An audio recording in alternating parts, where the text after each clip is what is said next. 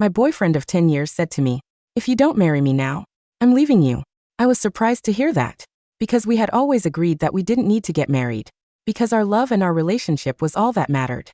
I asked him, why the sudden change? He responded, agitated. "I'm just sick and tired of my friends and family always asking me why we've never gotten married." I said, "You've told me since day one that you didn't care, or even want marriage. Why the sudden change?" Started to fidget around and was definitely hiding something. I know how he gets when he has a lot more to say, but is hesitant and covering something up. He finally said, "The truth is, I think I've evolved. I'm not the same person anymore. And I'm thinking back to what our legacy will be." Okay, that was even weirder, because I've never even heard him use the word legacy before. He never wanted kids, and used to frown anytime he heard the word wedding. I asked him, "I'm still not sure what you mean. And why would you actually threaten to leave me if we don't get married?" He said, "I just need you to know that this is a serious thing for me. That's all." I got annoyed and said, "If this was such a serious thing, why didn't you get a ring? Plan what to say. Make it some kind of event that you put some thought and effort into." He grew nervous and stuttered. I have something planned. It's just that I wanted to make sure that you were serious about the idea." Now I knew something was really not right, because I can tell he's lying. But just in case he wasn't, I softened a bit and said, "I've never been as against marriage as you are, so I could possibly entertain the idea." That was my way of letting him know that if he played his cards right, I could say yes. Grinned. Then I got a call from my accountant, who had also become a close friend of mine, and she said, "We need to have a serious talk." I went to her office, and she said, "Your boyfriend has been asking me way too many questions about your inheritance. My mom passed away 2 months ago, and I just received $25,000. I asked her, "Okay, so it's only 25 grand. What does he want to know?" Here's where she grew nervous and said, "This might come as a surprise to you, but I've never liked him. Mainly because I don't think he's a person you can really trust." I got a bit offended and responded, "You barely know him. I knew you'd say that. And I knew that I would have to show you some evidence or facts. So I set him up to think you were getting $10 million. I stared at Sarah, my accountant and oldest friend, waiting for the punchline. The hum of the air conditioner in her office felt deafeningly loud. $10 million?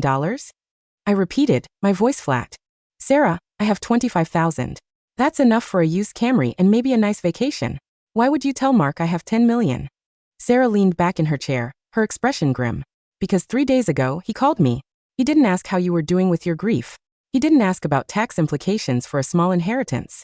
He asked about trust structures and spousal access to ancestral assets. He used words he definitely Googled 5 minutes prior." She slid a piece of paper across the desk. It was an email printout from Mark to her. Subject: clarification on estate liquidity. "He thinks your mother was secretly loaded," Sarah explained. "He thinks she was hoarding wealth like a dragon. So, I didn't correct him. In fact, I sent him a dummy document, completely fake, outlining the Harrison family trust. Value: $10.2 million. Vesting condition: marriage." I felt the blood drain from my face.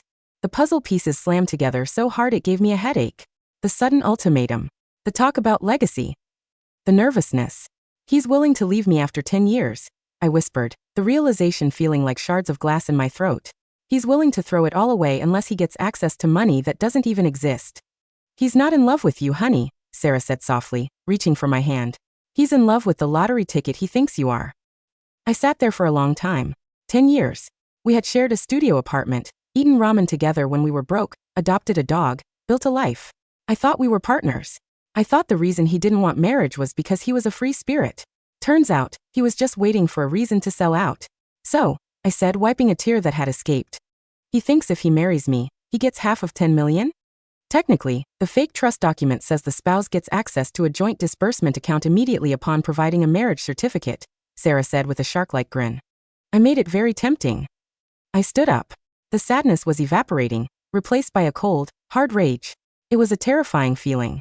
I didn't want to cry anymore. I wanted to burn it down. "Don't tell him," I said. Sarah raised an eyebrow. "What are you going to do?" "He wants a wedding?" I grabbed my purse. "I'm going to give him the show of a lifetime." When I got home, Mark was sitting on the couch, pretending to read a magazine. I could see his leg bouncing nervously.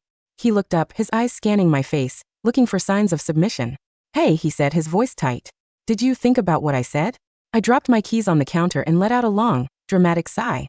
I walked over to him and sat down, taking his hands in mine. His palms were sweaty. "I did," I said.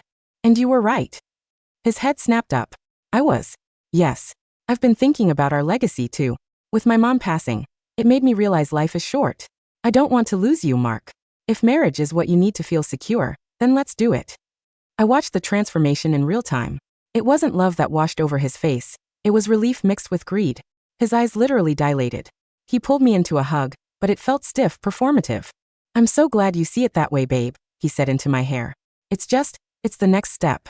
It's about commitment. It is, I agreed, pulling back. But if we're going to do this, we do it fast. I don't want a long engagement.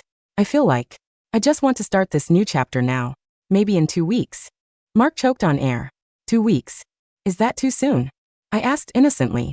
I just thought, why wait? No, 2 weeks is great, he stammered. Perfect, actually. We can keep it small. Courthouse? Or maybe just a small ceremony. Let's do a small ceremony, I said. And Mark, I want you to handle the honeymoon. Somewhere expensive. I'll cover the wedding costs. He grinned. Done. The next week was a blur of nausea and acting. I watched the man I had loved for a decade turn into a stranger. He started buying things. Expensive things. He came home with a new watch, a Breitling, that he put on a credit card. Investment piece, he told me, admiring it in the mirror. Gotta look the part for the wedding. He didn't know I was tracking his spending. He was racking up debt, assuming the trust fund would wipe it clean in a month. Then came the kicker. 3 days before the wedding, he came home early. Guess what? He announced, popping a bottle of champagne. I quit. I froze in the kitchen. You quit your job? He worked in logistics. It wasn't glamorous, but it paid the bills. Yeah, he said, pouring 2 glasses.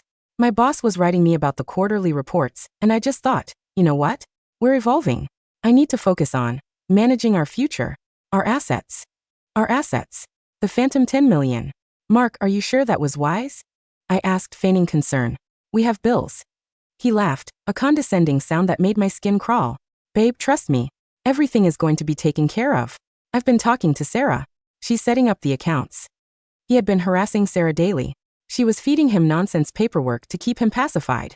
Okay, I said, forcing a smile. To the future.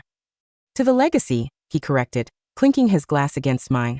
2 days before the wedding, I dropped the bait. We were eating dinner, takeout sushi, because Mark refused to cook anymore, when I slid a folder across the table. What's this? He asked, mouthful of tuna roll. Just a formality, I said. Sarah said we need to sign a prenuptial agreement. Because of the inheritance. Mark stopped chewing. The air left the room. A prenup? Yeah. It just states that what was mine before the marriage remains mine, and what we build together is shared. I watched him calculate. I could see the gears turning. If he signed a standard prenup, he got nothing. I don't know, babe, he said, putting his chopsticks down. Prenups, they kind of kill the romance, don't they? It's like planning for divorce before we even say I do. I thought you trusted me. I do trust you, I said. But Sarah insists. It's a condition of the trust releasing the funds. Sarah and I had crafted this lie carefully. We knew he wouldn't sign a real prenup. We needed him to think he was outsmarting the system. Let me look at it, he said. He read it. It was a dummy document Sarah had drafted. It contained a very specific clause. In the event of marriage, the spouses granted executory access to the Harrison Trust Disbursement Fund for the purpose of joint investment. It looked like it gave him the keys to the castle. In reality, it gave him access to a bank account that I had opened that morning with a balance of $10. Mark read the clause. He smiled. He didn't even read the rest. He just saw granted access and grabbed a pen. You know what, he said, signing with a flourish. If it makes Sarah happy, I'll do it.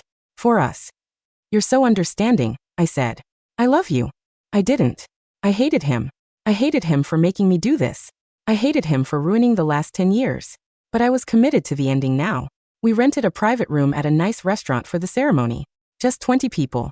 His friends, my few close friends, and Sarah. Mark was wearing a tuxedo he had bought on credit.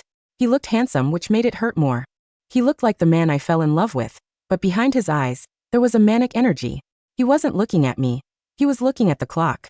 The ceremony was quick. We said our vows. For richer or for poorer, he said. He squeezed my hand tight on richer. When the officiant pronounced us husband and wife, Mark kissed me hard. Then immediately he whispered, "Is Sarah here with the transfer papers?" I pulled back, looking him in the eye. She is. We sat down for the reception dinner. Mark was practically vibrating. He drank 3 scotches in 20 minutes. Okay, he said, slamming his glass down. Let's do this. Sarah, come over here. Sarah walked over. She was wearing a sharp black suit. She carried a leather portfolio. Congratulations, Sarah said dryly. Thanks, Sarah, Mark said. So the trust? The account access? We're married. It's official. He waved the marriage license we had just signed. Right, Sarah said. The Harrison Trust. She opened the portfolio and pulled out a single sheet of paper. It was a bank statement. She handed it to Mark. What is this? Mark asked, squinting at it. That is the balance of the account you just gained access to via the prenup, Sarah said. Mark looked at the number. Balance, $10. He laughed nervously. I think you printed the wrong page, Sarah. Where's the rest? The 10 million. The room went quiet. My friends, who knew what was happening, stopped eating. Mark, I said, my voice steady. There is no $10 million. He looked at me, his smile wavering. What? What do you mean? You said the legacy. The inheritance. My mother left me $25,000, I said. I used $5,000 to pay for this wedding. I used $10,000 to pay off my student loans. The rest is in my savings. But the email, Mark stammered. The documents Sarah sent me. Fake, Sarah said. Fabricated. Bait. Mark stood up, knocking his chair over. Is this a joke? Because it's not funny. You told me if I didn't marry you you'd leave, I said, staying seated.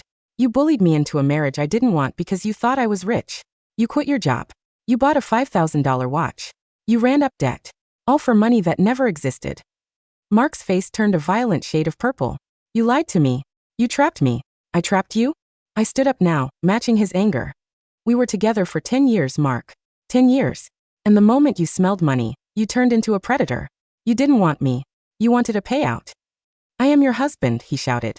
I can sue you. I can take half of what you actually have. Actually, you can't, Sarah interjected smoothly. That prenup you signed? The one you didn't read because you were too busy looking for the payout clause? It specifically waives your right to spousal support and keeps all premarital assets separate. You have access to the joint account, which currently has $10 in it. Don't spend it all in one place. Mark looked around the room. His friends looked confused and embarrassed. My friends looked like they were watching a gladiator match.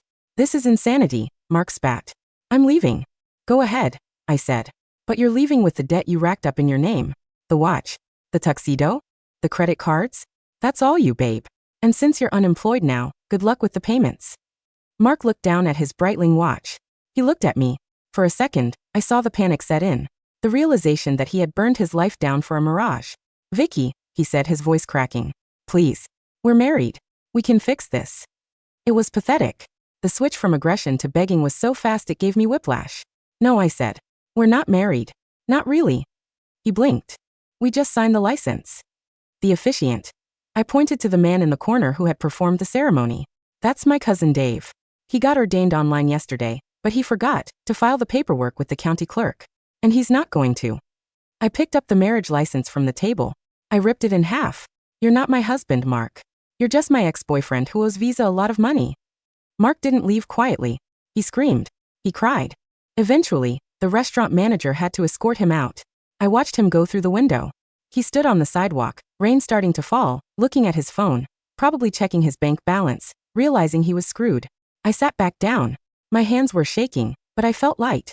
Weightless. You okay? Sarah asked, pouring me a glass of wine. I just lost 10 years of my life, I said. No, agitated.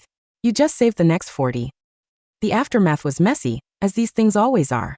Mark tried to contact me for weeks. He sent apologies, threats, and begging letters. He tried to tell our mutual friends that I was a psychopath who manipulated him. But the truth has a way of coming out. When people found out he had quit his job and racked up debt based on a rumor of wealth, they didn't see him as a victim. They saw him as a fool. He had to move back in with his parents. He sold the watch for half of what he paid. Last I heard, he was working entry-level sales, trying to dig himself out of bankruptcy. As for me, I took the remaining money from my mom's actual inheritance, the real $10,000 I had left, and I went to Italy. Alone. I sat in cafes and drank espresso. I walked through museums. I thought about legacy. Mark wanted a legacy of money. He wanted to be remembered as a rich man. I realized my legacy wasn't going to be about what I owned. It was going to be about what I refused to tolerate. I had almost settled. I had almost let a greedy, small man steal my future. But I didn't. One afternoon in Florence, I threw my engagement ring, a cheap cubic zirconia thing Mark had bought last minute, into the Arno River. I watched it sink. To evolution, I whispered to myself. I wasn't the same person anymore either. And thank God for that.